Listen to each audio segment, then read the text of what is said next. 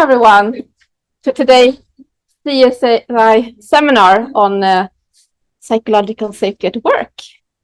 And Sami will present. Yes, thank you, Linda. So I'm going to talk today about psychological safety at work. It's kind of a compilation of a lot of the topics that we have covered already in the past. And let's dive into it. So let's do a small thought exercise here think about the best team experience that you have had. What make it so good?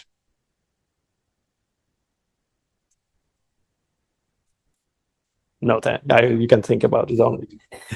And then think about the worst team experience that you have had. What make it so bad? Or the worst?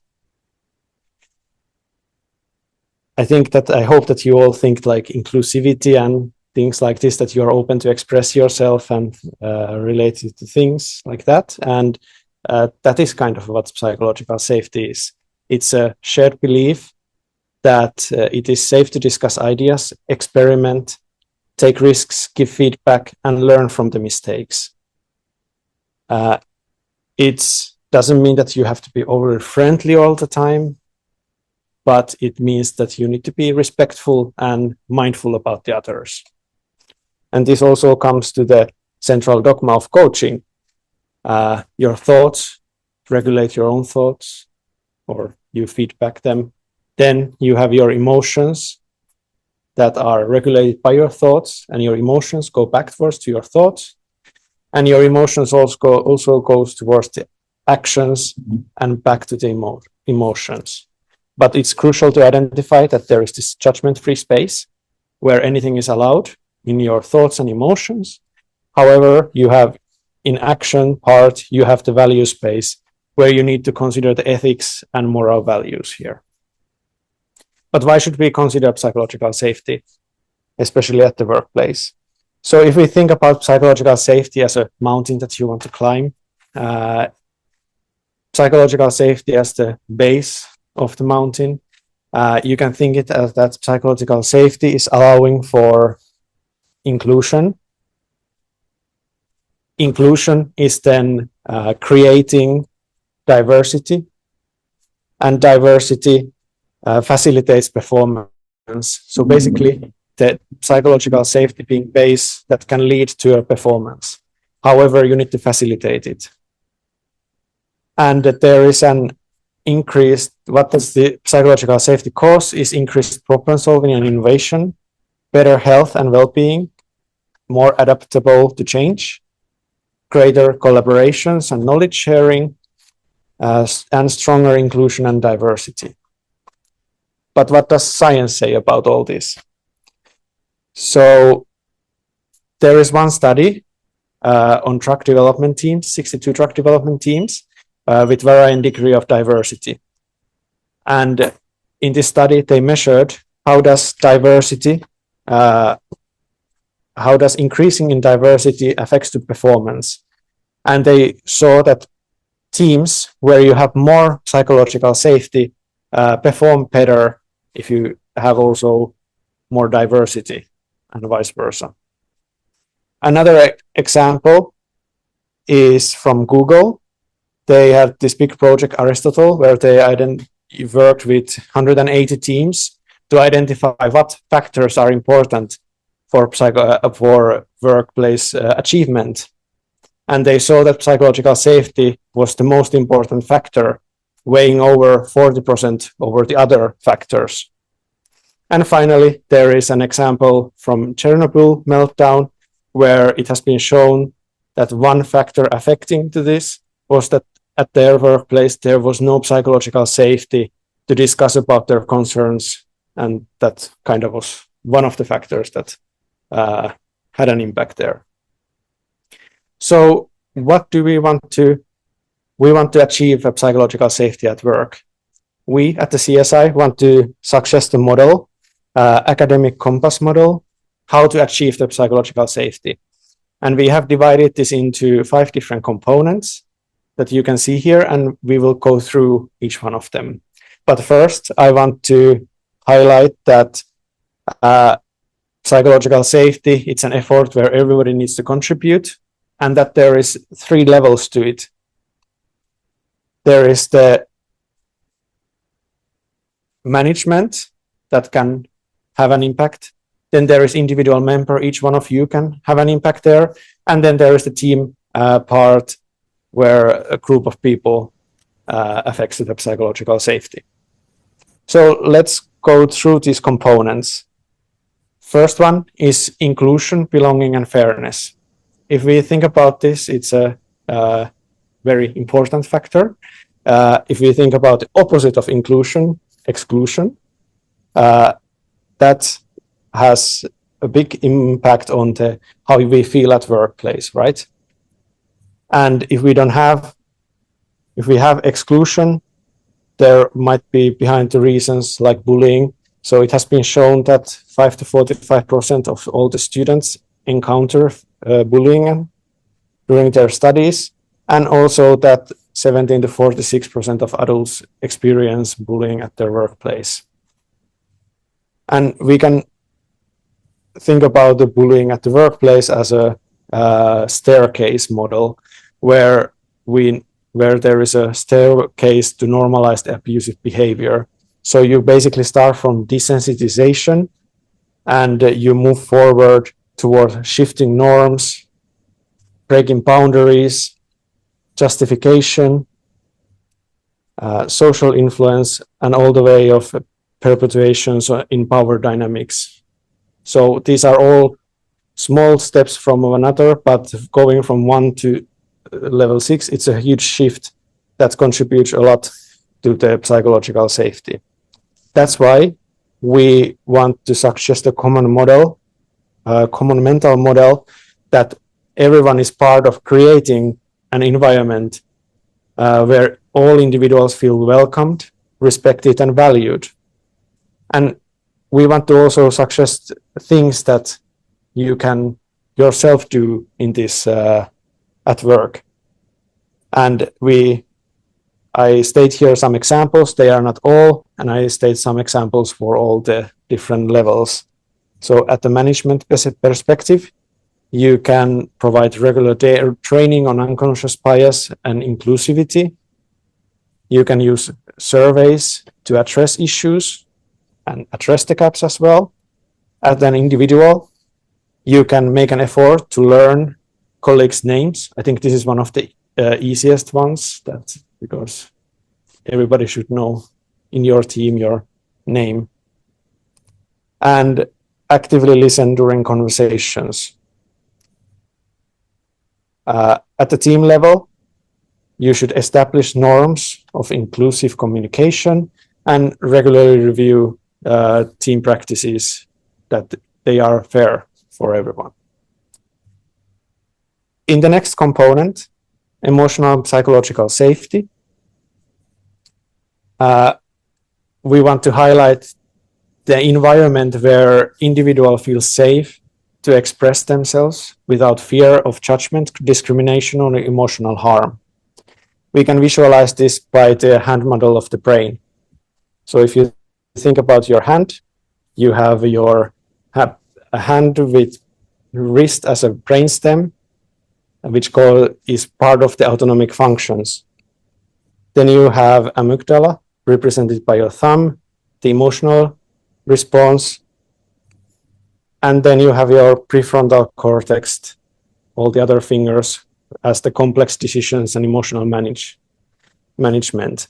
But whenever you have a issue with the emotional overwhelming, you have a problem with the amygdala, and that can cause problems, and you respond to this emotional overwhelm with different ways.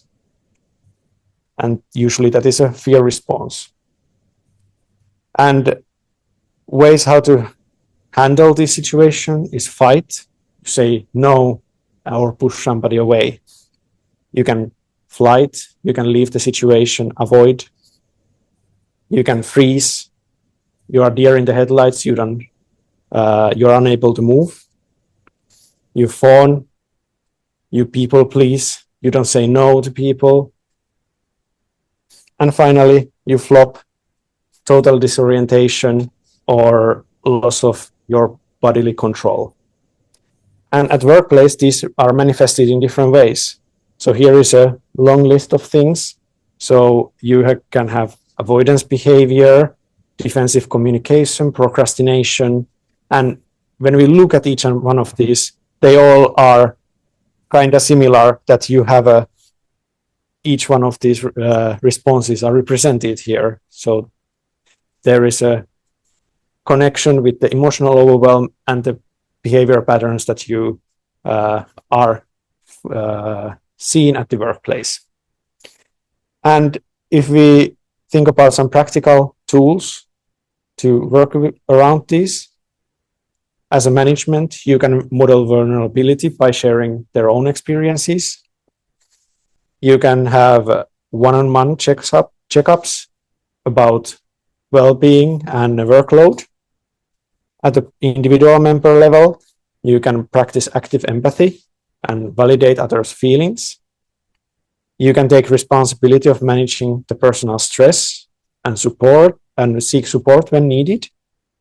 At the team level, you can normalize discussing failures and challenges, and you can establish a no-blame culture where mistakes are viewed as growth opportunities. At the next stage, we have intellectual curiosity and safe learning, where we want to encourage a culture of exploration and learning. Everyone should feel safe to ask questions, make mistakes, and pursue their academic interests. And we can model this by asking questions. For example, how often do we question accepted theories, commonly accepted theories, and explore alternatives? Are failures normalized in the working environment? When given feedback, do I feel energized to improve or very demotivated? Do our communication norms prioritize listening, respect, and open-mindedness? And are accomplishments celebrated at my workplace, and how they are celebrated? And some practical tools for this component. So encourage risk-taking by recognizing the efforts to innovate. Allocate time for professional development. As an individual member, share articles and improve curiosity in that way. Take time to reflect the failures that you have done and what they have taught you, and share them. At the team level, you can discuss past projects, creating this collective learning, and celebrate curiosity by showcasing team members that have had successful ideas. Next component is the contribution, constructive feedback, and growth, where we want to foster an environment where everyone feels their contribution is valued. You get good feedback constructively, and you have opportunities both at the personal and professional development. And we can think this through how we speak, so that our language is often mixes up thinking, feelings, and needs. So we might say that I feel you are doing this wrong, but what we really mean is I think this is wrong. It makes me feel uneasy. I need this clarified. And when we become aware of this and make an effort to communicate in this clear way, it is much more likely that our needs will be met. And one way to do this in nonviolent communication. So we can state observations, state facts, no judgment, no evaluations. You have feelings, you state how you feel, or ask how they feel. You have your needs, state the needs that you have. And finally, you have requests as concrete actions that meet the need. And we can exemplify this by showing reactive and non-reactive ways. So, for example, you can say reactive way, that's not what I said, you are misinterpreting me. A non-reactive way would be, I hear your concern and I feel hurt by that implication, I need that. So there is quite a difference. How does it feel to the other person? You are wrong about that. Because I observed this, I think that might be incorrect. I need us also consider that. I'm not lazy. I feel exhausted. I need more time. And no, not now. I'm feeling stressed. Can we reschedule? So by changing how you say things, that can really have an impact on the other people around you. And some other ways, practical tools at the management level, you can set clear expectations for performance. You can recognize achievements publicly. Individually, you can practice framing feedback, improve that, and reflect how the feedback has helped you. And at the team level, you can develop feedback guidelines, how to give feedback, and share the team successes and growth milestones. And finally, we come to our last component, challenging ideas and critical thinking.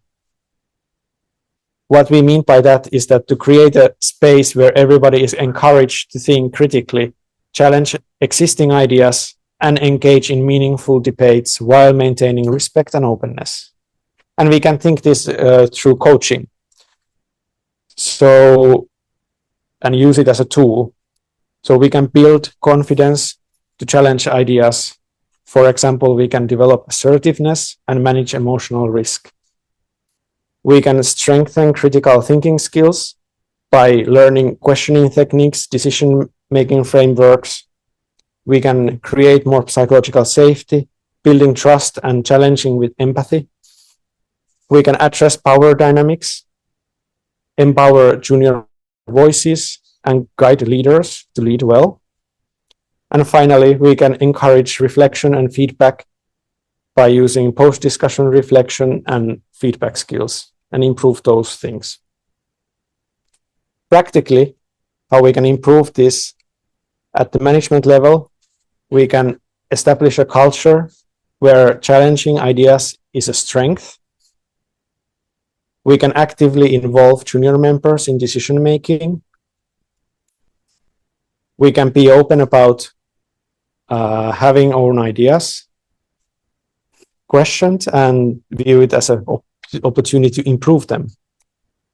And we can respectfully express differing opinions, concentrating on the thing, not on the person. And at the team level, review and question established processes and norms, and celebrate where challenging ideas have led to improvements.